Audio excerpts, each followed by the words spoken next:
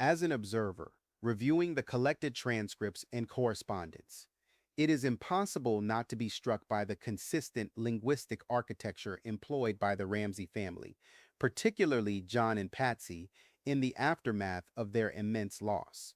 The narrative they present is tightly managed, utilizing denial not merely to state innocence, but to control the psychological context of the investigation.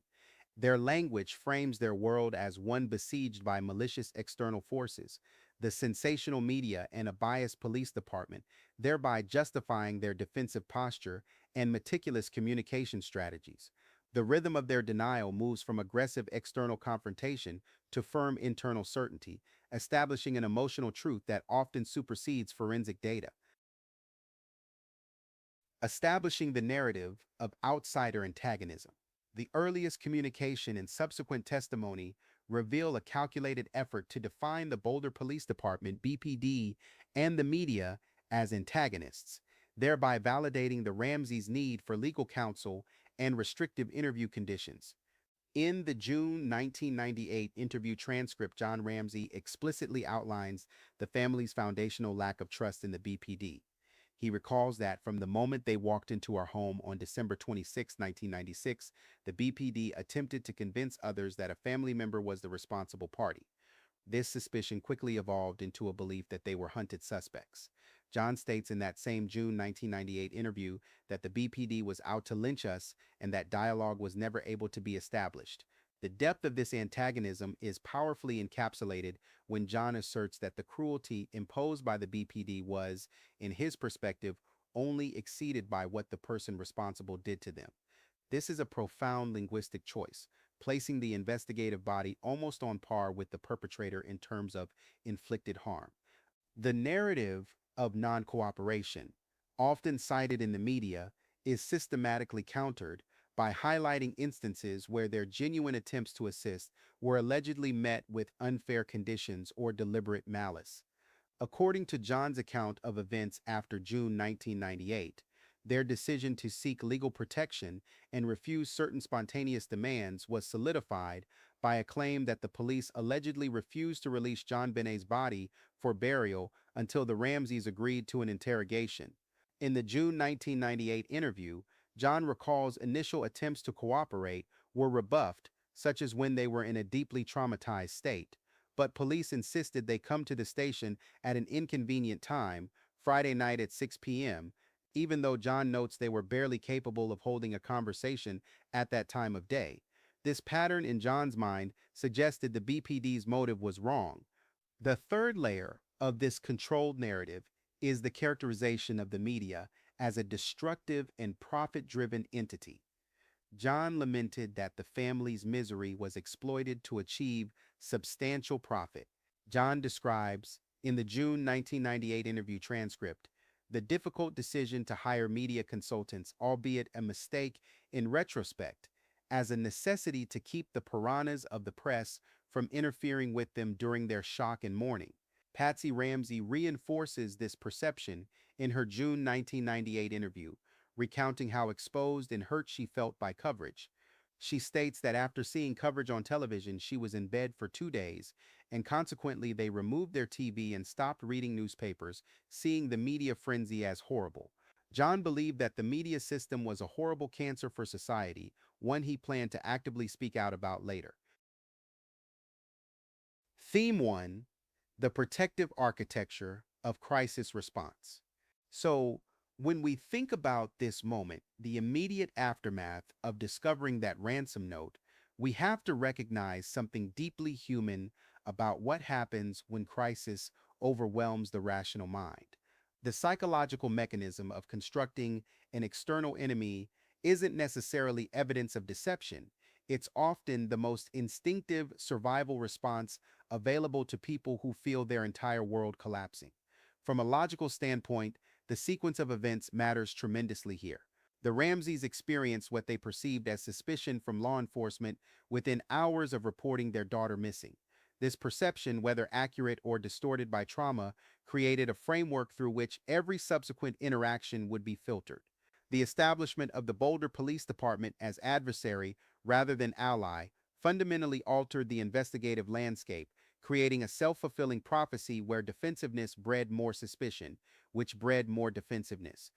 From a philosophical perspective, we're confronting questions about the nature of trust and its fragility in moments of existential crisis. When does legitimate self-protection cross into obstruction? When does healthy skepticism of authority become pathological paranoia? These aren't simple binaries. The Ramseys existed in a liminal space where their daughter was gone, their privacy was obliterated, and strangers with badges were asking them to prove they hadn't done something unspeakable.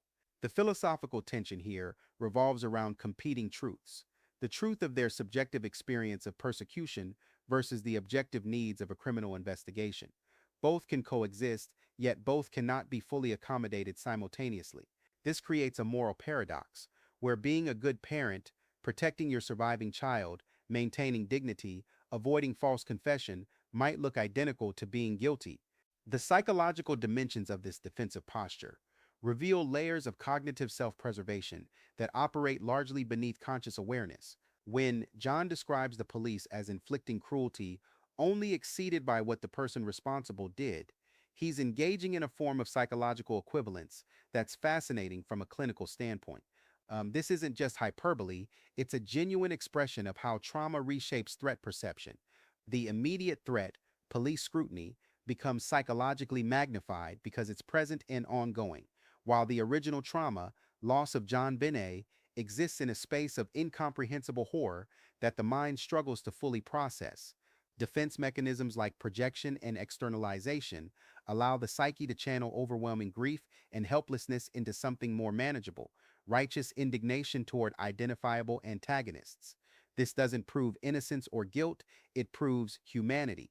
Physiologically, we can't ignore what happens to the human body and brain under this level of sustained stress.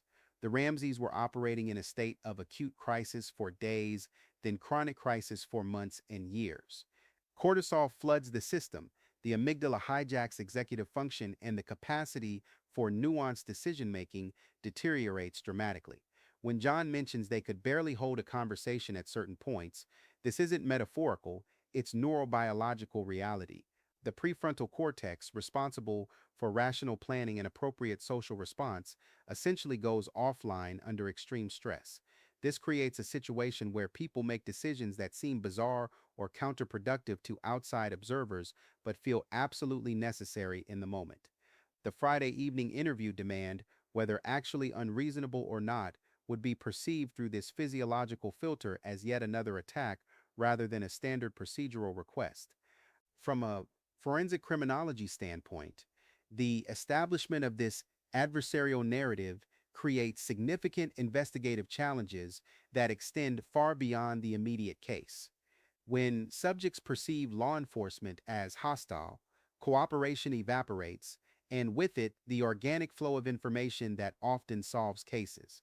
The Ramseys' legal representation and controlled interview conditions, entirely within their rights, nevertheless created an environment where spontaneous revelation became impossible. Forensically, this matters because guilty and innocent people can both have reasons to lawyer up, but innocent people typically demonstrate a different pattern of engagement over time. They eventually recognize that cooperation serves their interests. The sustained defensiveness here is notable not because it proves guilt, but because it deviates from typical innocent party trajectories. Yet we must also acknowledge that high-profile cases disrupt these patterns, creating false positives in behavior analysis. The anthropological context illuminates how the Ramseys' social position and cultural background shape their crisis response in ways that appear suspicious to those outside their socioeconomic sphere. Upper middle class professionals, particularly those in corporate environments, are socialized to view attorneys not as last resorts, but as standard advisors for any significant legal interaction. The Ramseys inhabited a world where hiring lawyers, media consultants, and handwriting experts was simply what people in their position did when facing serious accusations. This wasn't necessarily consciousness of guilt, it was cultural conditioning. Similarly, their expectation of deference from law enforcement reflects a lifetime of being treated with respect by institutions. When that respect disappeared, or was perceived to disappear, the shock was profound. They weren't accustomed to being treated as suspects. Their entire identity was organized around being upstanding community members. This cultural dissonance amplified their sense of persecution. If we examine this through the lens of criminal mindset, not asserting guilt, but analyzing what someone responsible might think and do, the establishment of external enemies serves multiple strategic functions. It provides a consistent explanation for why cooperation is limited. It reframes obstruction as victimization. It gives supporters and the media an alternative narrative to the increasingly uncomfortable questions about the evidence. A person responsible for harm would need, above all else, to control the investigation's direction and pace, and positioning law enforcement as incompetent or malicious accomplishes exactly that. This creates permission for others to discount police conclusions and embrace alternative theories. The sustained intensity of this antagonism, maintained for decades, suggests either genuine persecution or an understanding that relaxing the narrative would allow uncomfortable questions to resurface.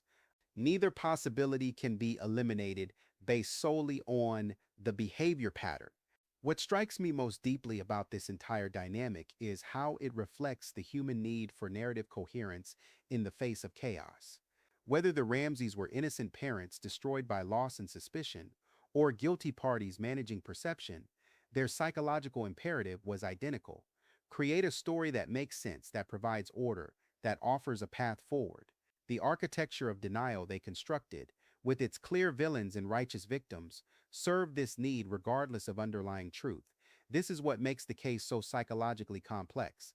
We're not just analyzing evidence, we're analyzing how people create and maintain reality under impossible conditions. The fact that their constructed reality focused so intensely on external persecution rather than internal reckoning tells us something significant, though interpreting exactly what remains the central challenge of this entire investigation. Theme 2: The First Fracture, When Common Sense Becomes Confrontation. Let's shift to another angle here, one that gets at something we often overlook when analyzing this case. The very first interaction between John Ramsey and law enforcement. When Officer Rick French asked John whether JonBenet might have run away, John's immediate response was defensive and dismissive. "She's 6 years old. My God, why would a 6-year-old run away?" This exchange, seemingly minor, actually reveals a fundamental fracture in the investigation that would never heal. From a logical perspective, Officer French was doing exactly what training dictates, establishing baseline information by eliminating the most common scenarios first. Children do sometimes wander off. Children do sometimes attempt to run away, even at young ages. The question wasn't an accusation, it was a checkbox. But John's response reframed it as an intellectual insult, a failure of good Southern common sense, as the tone suggests.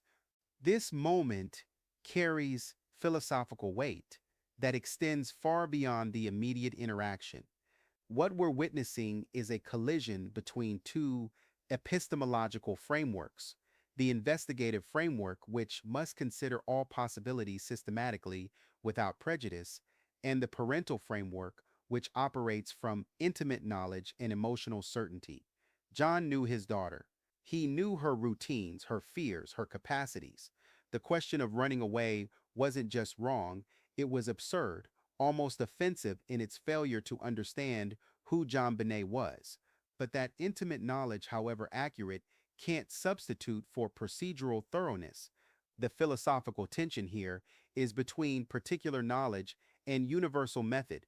Both are valid in their domains, but they're fundamentally incompatible in the moment of crisis. John's frustration represents the collision of these incompatible ways of knowing. Psychologically, this exchange reveals layers of cognitive dissonance and threat perception that would characterize the entire investigation. John was operating from a place of absolute terror. His daughter was missing, the circumstances were bizarre, and time was critical.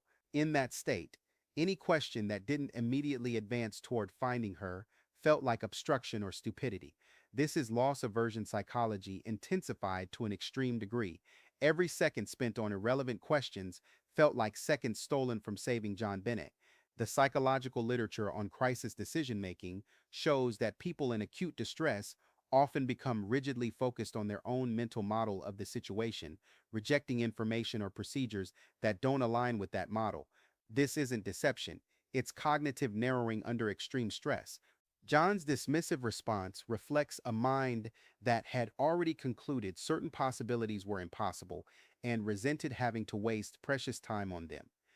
From a physiological standpoint, we're looking at someone in fight or flight mode being asked to engage in calm, systematic problem solving. John's body was flooded with stress hormones, his heart rate was likely elevated, his breathing shallow, his perception narrowed. When in this state, the brain literally cannot process information the same way it does under normal conditions. The question about running away would have been heard not through the filter of rational consideration, but through the filter of acute threat response. Every question that wasn't, "Where is my daughter?" would register as a threat, a delay, a distraction, a failure to understand the urgency. The sharp tone in John's response isn't necessarily revealing of guilt or innocence, it's revealing of a nervous system in crisis mode. This matters because it establishes a pattern where normal investigative procedure would feel like attack, creating an escalating cycle of defensiveness. And that's where the first fracture forms, not in evidence, but in understanding. A simple question met with an emotional wall, a moment where logic and fear collided in real time. What began as a procedural exchange instantly became personal, setting off a chain reaction that would shape every future interaction between the Ramseys and investigators. From that point forward, every question would feel like confrontation. Every attempt at procedure would sound like accusation. The investigation was no longer just about finding John Benet, it was now about navigating perception, authority, and emotion in a house already divided by shock and disbelief. Next, we move from perception to procedure, where psychology meets forensics, and one reaction starts to rewrite the course of an entire investigation.